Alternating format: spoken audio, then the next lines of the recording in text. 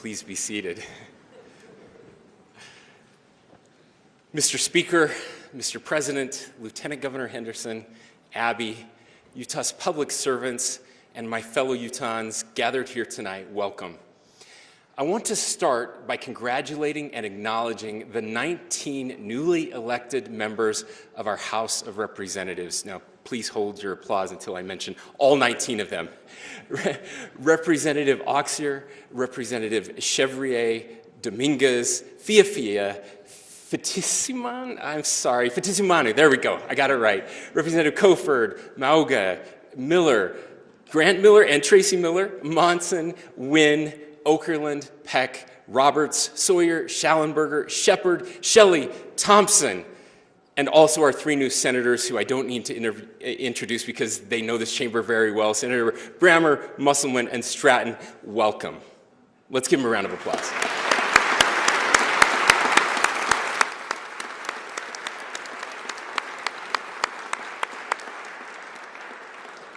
Now, last week, I had dinner with our new legislators and their spouses. My favorite part of the night was asking them why on earth they would run for this position. I wish every Utahn could have heard their answers. It was almost impossible to tell who was a Republican and who was a Democrat that night. They inspired me. Love is not too strong of a word to describe how I feel about the public servants here tonight and the work you have committed to do for the people of our state. I shared with them one friendly piece of advice. During this first week, you'll feel overwhelmed and wonder, how on earth did I get here? And by your second week, though, you will settle in and instead start to wonder, how on earth did the rest of these people get here? Our time tonight, sorry, some of you took that too personally. Our time tonight is short, and so I'll ask, as in prior years, that you please hold any applause until the end of my remarks, hard as that might be. We are gathered here in the matchless Utah State Capitol overlooking the Salt Lake Valley. I want us all to take a moment and imagine what this valley looked like 180 short years ago. Hard-packed soil, light precipitation, hot summers, frigid winters, limited fresh water, sparse vegetation to sustain livestock, dust storms turned day into night. Early visitors described it as, and I quote, a barren wasteland. It was arid, untamed, and unforgiving. On his journey westward, Brigham Young crossed paths with the famous American mountain man, Jim Bridger, who told him, "Mr. Young, I would give $1,000 if I knew an ear of corn could be ripened in the Great Basin." And then, in July 1847, the pioneers saw this valley with their own eyes. It was so beautiful that one member of the party proclaimed, "Weak and weary as I am, I would rather go 1,000 miles farther than remain in such a forsaken place as this." And yet, almost 180 years later, our Utah desert has pulled off the most miraculous upset. The land has blossomed as promised, and our home has become the envy of the earth and a worldwide destination. We stand on the shoulders of giants. Our ancestors irrigated farms, excavated minerals, built homes and neighborhoods, powered cities, and connected this continent by rail. In the face of adversity, they built. They built here. And my friends and fellow citizens, if there is one thing you take away from my remarks tonight, please let it be this simple refrain: we must build. Scripture and the 60s pop band The Byrds tell us that to everything there is a season and a time to every purpose under heaven. Now is a time for building. And so I'm making this call to all Utahns, whether you live near the red rocks of St. George or the snow-capped peaks of the Uintas, whether you look out over the copper-crowned mountains of the west or the mirrored waters of Bear Lake, to all Utahns in every corner of this state and anywhere in between, in every one of our 255 cities and towns, to Utahns of every race, background, and creed, to the young and the young at heart, we must build. Today, we can renew our forebears' tradition of true grit. Generations of Utah entrepreneurs and leaders have fought through unfavorable conditions and built in the face of cynicism.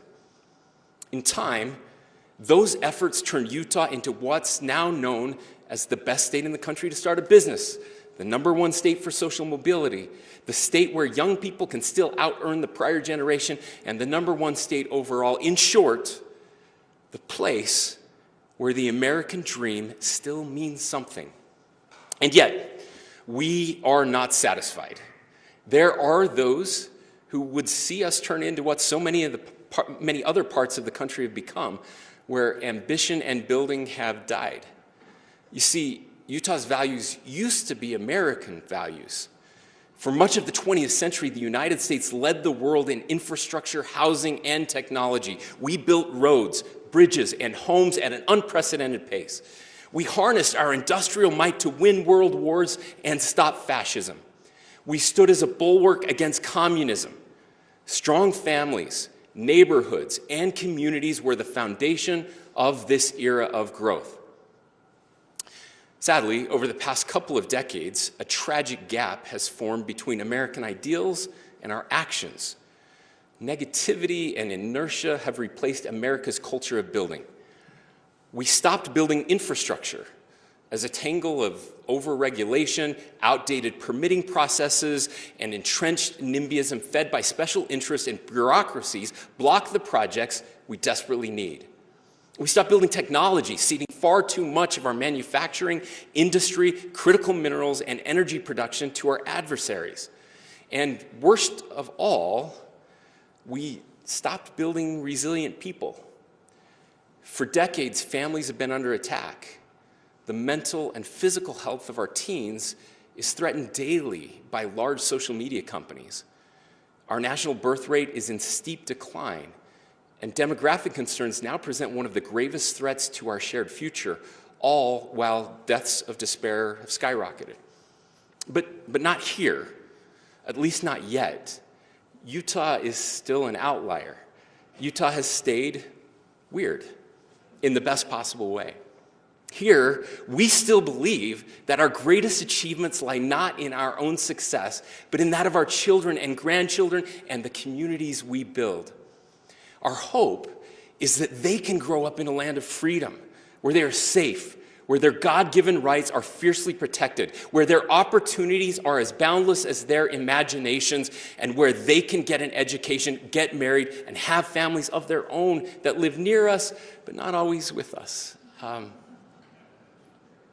Utah may be one of the last places in America that still believes these words of Teddy Roosevelt. Far better is it to dare mighty things, to win glorious triumphs, even though checkered by failure, than to take rank with those poor spirits who neither enjoy much nor suffer much, because they live in the gray twilight that knows neither victory nor defeat. From thousands of conversations that I have had with Utahns across the state, I know this: Utah is not done dreaming. We're not done doing big things, and we are not done building. Now, I recognize that when I talk about building, some people get a little nervous. Some might even argue that we've blossomed a little too much. I often hear valid concerns about our growth. The warnings are stark.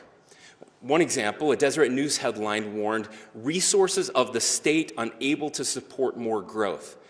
In that article, experts and civil engineers made it clear that Utah just doesn't have enough water to sustain more growth, and they forcefully cautioned of, quote, "a rebuke by nature and threat of significant loss." Even my special Sanpete County is being overrun. One article noted that because of intense resource scarcity, some farms have shut down and families have moved away. Times, as the media and experts have warned, are indeed bleak. But I guess this is the part where I tell you that the Deseret News headline wasn't from today, but was actually printed in 1942, when our population was 580,000 people. Oh, and that Sanpete County article came from 1867. So, how is it possible that our state added an additional 3 million people 6 times more than 1942, while also improving the quality of life. And is it possible to do it again? Well, the answer is simple. It's not necessarily easy. We must build. History teaches us that in Utah, when we are united and act together, we have always found a way past pessimistic prognostications.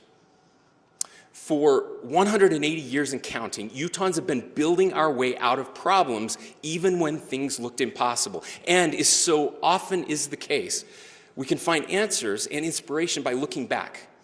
So let me share 3 stories that illustrate what it has meant to build infrastructure, technology, and people here in Utah.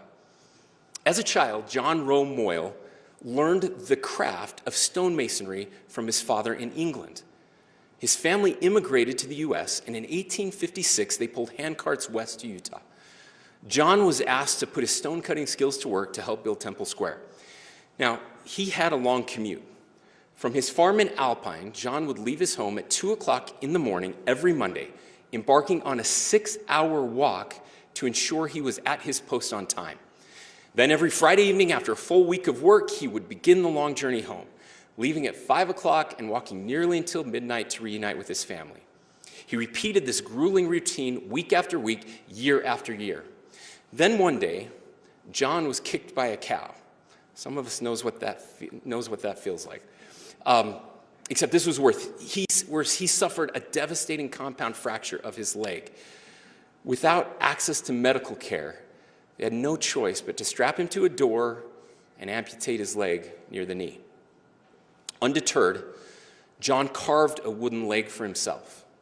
Using the wooden leg, he taught himself to walk again. Though extremely painful, he built up his strength and was soon able to make the 22-mile journey to Temple Square every week as he had before. He saw the project completed in 1893. Our state's motto is industry. John lived it, like many generations before us who poured their literal blood, sweat, and tears into building the infrastructure we rely on today. By the way, you can actually go visit the DUP museum across the street and see that carved wooden leg. I almost brought it tonight, but I thought that would be a little weird. So, but only to teach Dan McKay a lesson. When it comes to building technology, it's hard not to think of Philo Farnsworth. Born in 1906, Philo was a farm boy who collected issues of science and invention magazines. At 11 years old, his parents took him to Salt Lake City. He marveled at the electric street lamps, the steady hum of automobile traffic, and the web of telephone and power lines that connected a modern world. Philo dreamed of building technology that would change the world too. And it seems unbelievable, but at just 14 years old, he stunned his family and teachers by sketching out the basic design for the world's first electronic television system, an idea sparked while tilling fields on the family farm. A year later, tragedy struck and his father passed away. Philo became a primary provider for his family. All of this took time away from his scientific pursuits, but with great perseverance, Philo ultimately turned his ingenious sketches into reality, changing the world forever by creating the world's first fully functional television. Philo built technology not only when it was easy, but when it was hard. That's Utah. Now, we also know how to build great people too. In 1940, Albin and Gunda Borgstrom said farewell to their 2 oldest sons, Boyd and Clyde, as they went off to serve our country in World War II. As was customary for the time, Mrs. Borgstrom hung a service flag in her window in Thatcher, Utah, a flag with a white field and a red border. 2 blue stars were sewn in the middle. In 1942, she added another blue star for her son Leroy, who joined the military as a medic. The following year, she added 2 more blue stars for her twin boys, Roland and Rulin. They were just 18. She anxiously awaited the return of her 5 boys. In her own words, the nightmare began on March 17, 1944. I answered the door, and there was the Western Union man with a telegram for me. Clyde was the first to lose his life in the war effort. The service flag in the window of the Borgstrom home, once adorned with only blue stars, now carried one overlaid with gold, a sad symbol that everyone of that era understood. Just a few short weeks later, another telegram turned a second blue star to gold. Leroy, the medic, had died while saving a fellow soldier in Italy. Then it was Roland, whose bomber crashed in England. Another star changed to gold. Finally, Roulin, who died in France. A fourth gold star. The unthinkable, 4 of Mrs. Borgstrom's 5 deployed sons had died at war within 6 months. She became the only 4-star gold mother of World War II. Her grief was immeasurable, and yet, in this valley of despair, Mrs. Borgstrom went on a national radio broadcast to help raise money for the war effort. She offered words of hope to a shaken nation. "I want to send a mother's prayer to all the boys tonight," she said. "We here at home are proud of you boys, and we hope that God will bless and protect you through this fearful war." It was one of the most successful war bond efforts ever. In her moment of greatest need, she was out serving others. A funeral was held in Garland, and Mr. Borgstrom told the Army commander of the Western U.S.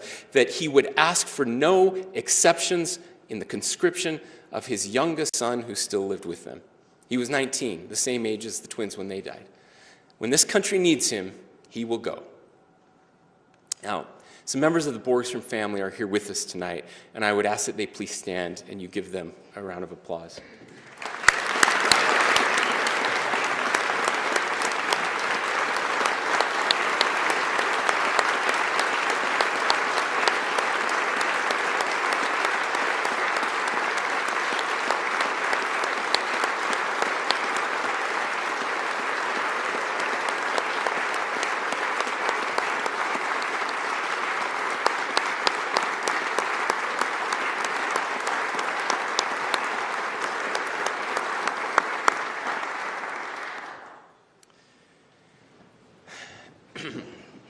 You see, these are the kind of people we build in Utah. Even when life forces us through more than we can seemingly bear, we build. And so today, we are at a fork in the road. We can either press forward with our pioneer spirit, our grit, our industry, and our faith, and build the next great chapter of Utah's story, or we can be washed away in the negative, nationwide malaise of dysfunction. But remember this. The blood of John Moyle, Philo Farnsworth, and the Borgstroms is the same blood that courses through our veins. Their DNA is our DNA. Today, serving side by side with legislators here, I'm proposing bold action and building in 5 key areas. First, housing attainability. We are reforming the regulatory regime, supporting more single-family construction and fast-tracking approval processes. Through the Utah First Homes program, we will build 35,000 starter homes in 5 years. The greatest generation did this after World War II, and we can do it again. Thank you to Senator Fillmore and Representative White for leading out on what will surely be the defining issue of the next several decades. Second, energy abundance.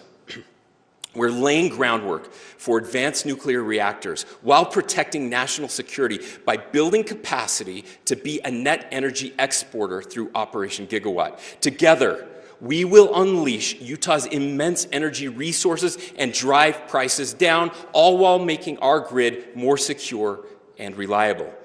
Thank you, President Adams, Senator Sandel, Senator Milner, Speaker Schultz, Representative Albrecht, and Representative Jack, among many others here tonight, for your work to unleash Utah energy. Third, infrastructure and permitting reform. We recently celebrated the construction phase of a new transmission line in our state that took the federal government 15 years to approve.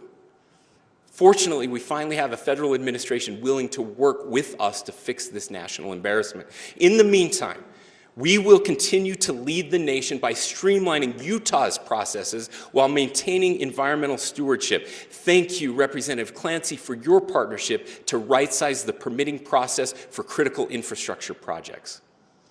Fourth, community safety and support. We're implementing public safety reforms that balance accountability with compassion. Our innovative homeless initiatives are showing results. We're demonstrating that we can have both security and dignity, and we are not shy in declaring that is what all Utahns deserve. Thank you, Representative Lisenby, for leading efforts on the issue of public safety. And finally, family strength. It's a bit embarrassing that we are one of only 8 states that still taxes Social Security benefits, and I am determined to see this tax eliminated, putting money back into the pockets of our beloved senior Utahns. It's time. Check that. It's way past time. I appreciate so many of you who share this commitment to eliminate the Social Security tax. Senator Harper, Representative Brooks, and Representative Christopherson, thank you for your help in this effort. And I am so proud that Utah has led a weary nation in protecting the youngest amongst us by empowering parents who want to shield their children from predatory social media practices. But there is more that must be done. We must rethink data privacy and portability. So thank you, Representatives Fia, Moss, and Tusher, and Senator Collimore for your continued efforts in this area. And Senator McKell, too. And ladies and gentlemen, we must get phones out of schools. Thank you, Senator Fillmore, for leading the way. Let's always remember this truth. When families win, Utah wins. I commit that my administration will do all in our power to unlock the power of building here. But we must never forget, as I stated in my inaugural address 2 weeks ago, that our government is not what makes Utah great. It's our people. Faith, family, and community, moms and dads, husbands and wives, brothers and sisters, friends and neighbors. There never has been, nor will there ever be another replacement. So, mostly, I want to make sure that our government stays off your back and out of your way so that we do not block the good that I know you are eager to do. And in this process, if we all do our part, I know that we'll build on the legacy of Utah's best, people like the Borgstroms.